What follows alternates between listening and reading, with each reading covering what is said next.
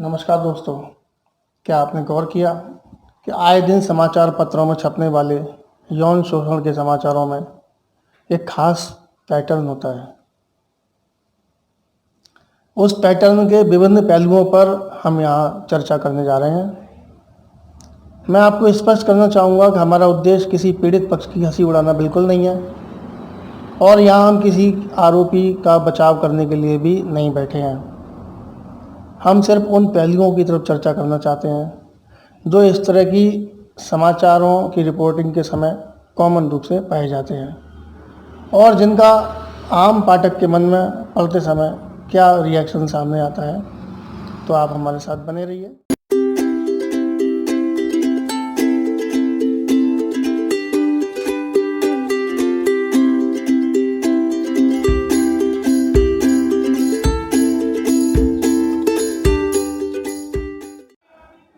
चर्चा शुरू करने के पहले मैं एक बार फिर स्पष्ट कर दूं कि यहाँ हम किसी पीड़ित पक्ष का उपहास नहीं उड़ाने जा रहे हैं।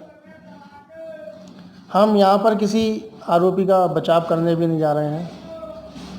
हम सिर्फ खबरों के उन पहलुओं पर चर्चा करने जा रहे हैं जो इस तरह के समाचारों में आम तौर पर पाए जाते हैं।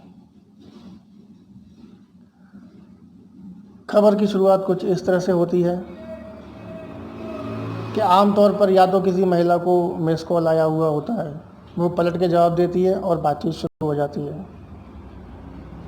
या सोशल मीडिया पर फ्रेंडशिप रिक्वेस्ट के तहत बातचीत शुरू हो जाती है। धीरे धीरे सिलसिला मुलाकातों में बदलता है। पहले लंबी लंबी बातें, फिर मुलाकातें पार्क में, रेस्टोरेंट में।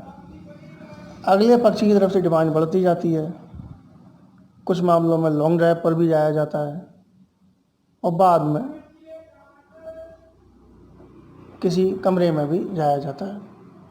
वो कमरा आरोपी पक्ष का खुद का भी हो सकता है, किराए का भी हो सकता है, उसकी किसी रिश्तेदार का हो सकता है या उसके दोस्त का हो सकता है। ये कमरा घटना स्थल बनता है। वहाँ उस महिला को, जो कि अकेली ही है, और कुछ न कुछ खिला पिला दिया जाता है, चाय, कोल्ड ड्रिंक, और इसमें उसको एक नशीला पदार्थ पिला दिया जाता है। वो नशीला पदार्थ पिलाने के बाद उसकी मर्जी के खिलाफ जब वो बेहोश हो जाती है, बेसुध हो जाती है, उसके अश्लील फ़ोटो निकाल लिए जाते हैं और उसके साथ गलत तरीके से संबंध बनाए जाते हैं। जब महिला को होश आता है तो उसे पता चलता है कि उसकी दुनिया लुट गई। तब उसे शादी का झांसा दिया जाता है और वो महिला उसके उस झांसे में आ जाती है। अगर झांसे में नहीं आती है तो उसे धमकाया जाता है, डराया जाता है, उसके फ़ोटो और वीडियो सोशल मीडिया पर वायरल कर दिए जाएंगे। इस तरह की बातें भी कही जाती हैं। महिला मजबूर है, शिकार होती रहती है। 6 महीने, साल भर, 3 साल, कई मामलों में तो 7 साल का समय भी निकल जाता है। फिर अचानक महिला को ज्ञान होता है कि अरे, मुझे तो धोखा दिया जा रहा है। तब वो महिला जागती है, विरोध करने का सोचती है। विरोध करने का निर्णय करते करते भी साल 6 महीने और निकल जाते हैं। इसके बाद वो थाने में पहुंचती है, फरियादी बन के रिपोर्ट दर्ज कराती है।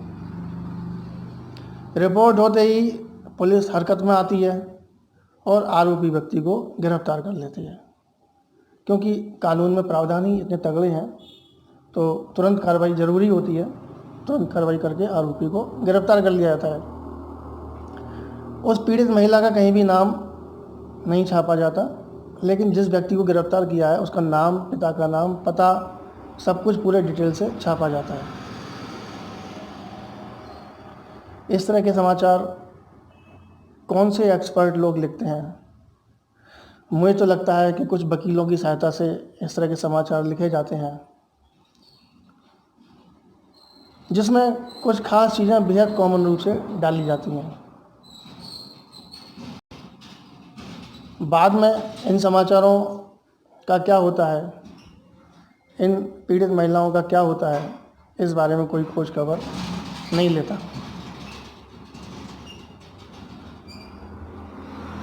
इस तरह की घटनाएं बहुत सारे सवाल खड़ा करती हैं।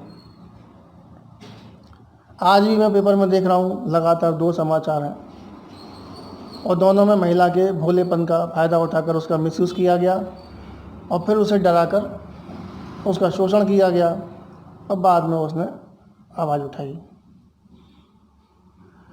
दोस्तों, जहाँ तक मेरी जानकारी है, और मैंने आप भी इस बात को जानते होंगे कि 7 साल की बच्ची हो चाहे 70 साल की महिला हो, भगवान ने उनको इतनी सेंसिटिव शक्ति दी हुई होती है कि कोई भी पुरुष उन्हें किस भावना से देख रहा है, छू रहा है, उसकी मूल भावना को पहचान सकती हैं। यहाँ तक कि अगर कोई व्यक्ति उनकी पीठ पर घूर रहा है तो भी उस महिला को एहसास हो जाता है, वो पलट के देखती है मुझे कौन देख रहा है। इतनी सशक्त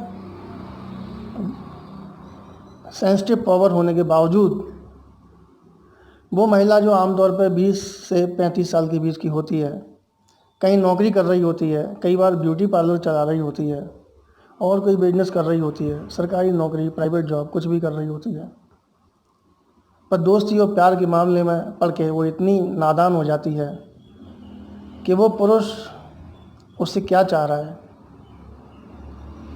उसको समझ में नहीं आता। कुछ आपको अजीब नहीं लगता? पार्क में मिलना कुछ हद तक समझ में आता है, दोस्ती के नाम पे हम किसी से पार्क मिलने चले गए। रेस्टोरेंट में भी मिलना ठीक है, रेस्टोरेंट, होटल नहीं, रेस्टोरेंट में हम मिल लिए, साथ में चाय कॉफ़ी पी ली, नाश्ता कर लिया, एक डेट टाइप का कर लिया, ये भी समझ में आता है। ये लॉन्ग ड्राइव पर जाना भी थोड़ा रिस्की है, पर वो भी समझ में आता है कि अपने मित्र को, ख़ास तौर से पुरुष मित्र को समझने के लिए महिला उसे इतने मौके दे सकती है। पर कोई महिला इतनी भोली कैसे हो सकती है कि वह अपने पुरुष मित्र के कहने पर उसके कमरे पर, उसके दोस्तों के कमरे पर उसके साथ अकेली चली जाए? क्या उसको समझ में नहीं आता कि इस निमंत्रण के पीछे क्या उद्देश्य छुपा हुआ है?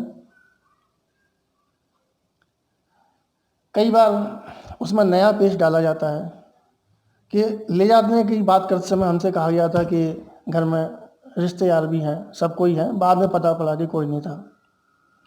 तो जैसे ही आपको पता पड़ा कि कोई नहीं था, आपको तुरंत बाहर आने का प्रयास नहीं करना था? तमाम रास्ते होते हैं। कोई फ्लैट या घर में घुसते ही तो कुंडी लगाएगा नहीं, और अगर कुंडी लगाता है तो उसके भी हज़ारों रास्ते हैं। बल प्रयोग किया जा सकता है, अपमानित किया जा सकता है, तेज़ी से बाहर आया जा सकता है, शोर मचाया जा सकता है। और अगर इतने ही सन्नाटी वाली जगहों पर लिया गया है तो वहाँ जाने से पहले आपको कुछ तो सोचना चाहिए था। इसके बाद दूसरा पहलू शुरू होता है। जब आपको उसकी नीयत पर शक हो ही गया, उसने कुंडी भी लगा ली है, खिड़की दरवाजे भी बंद कर लिए और घर में कोई नहीं है, तो आप उसके हाथ से कोल्ड ड्रिंक पी रही हैं, चाय पी रही हैं,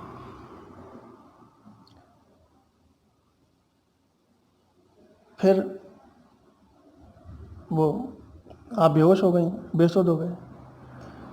इसके बाद जो उसे करना था उसने कर लिया, फ़ोटो ही बना लिए, आपको डराने लगा, धमकाने लगा।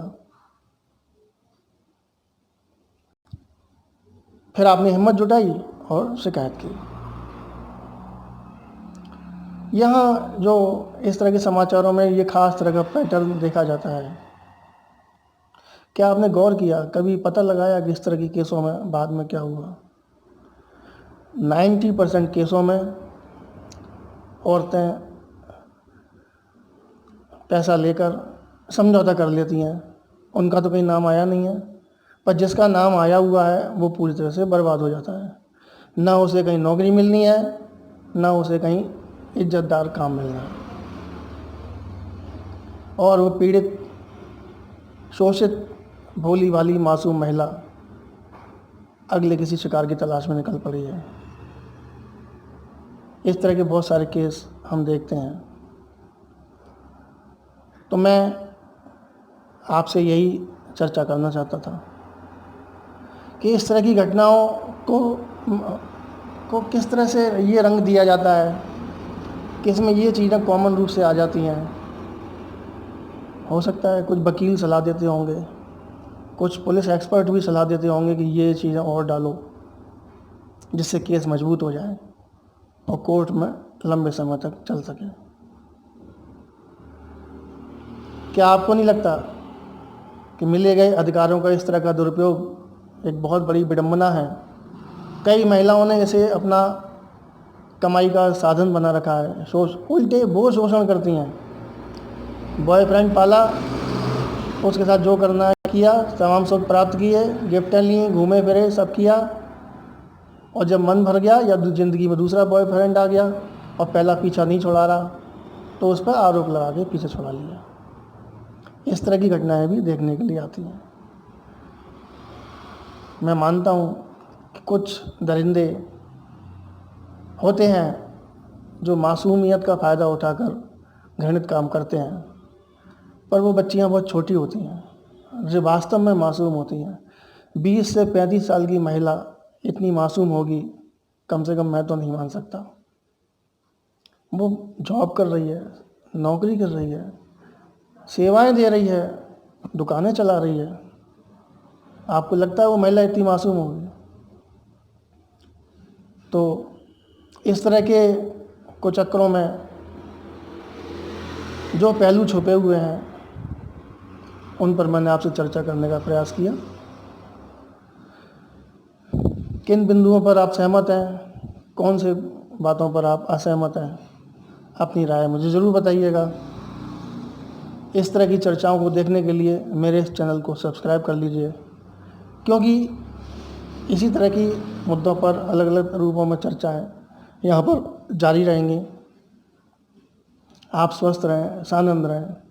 हम फिर मिलेंगे इस कामना के साथ। नमस्कार।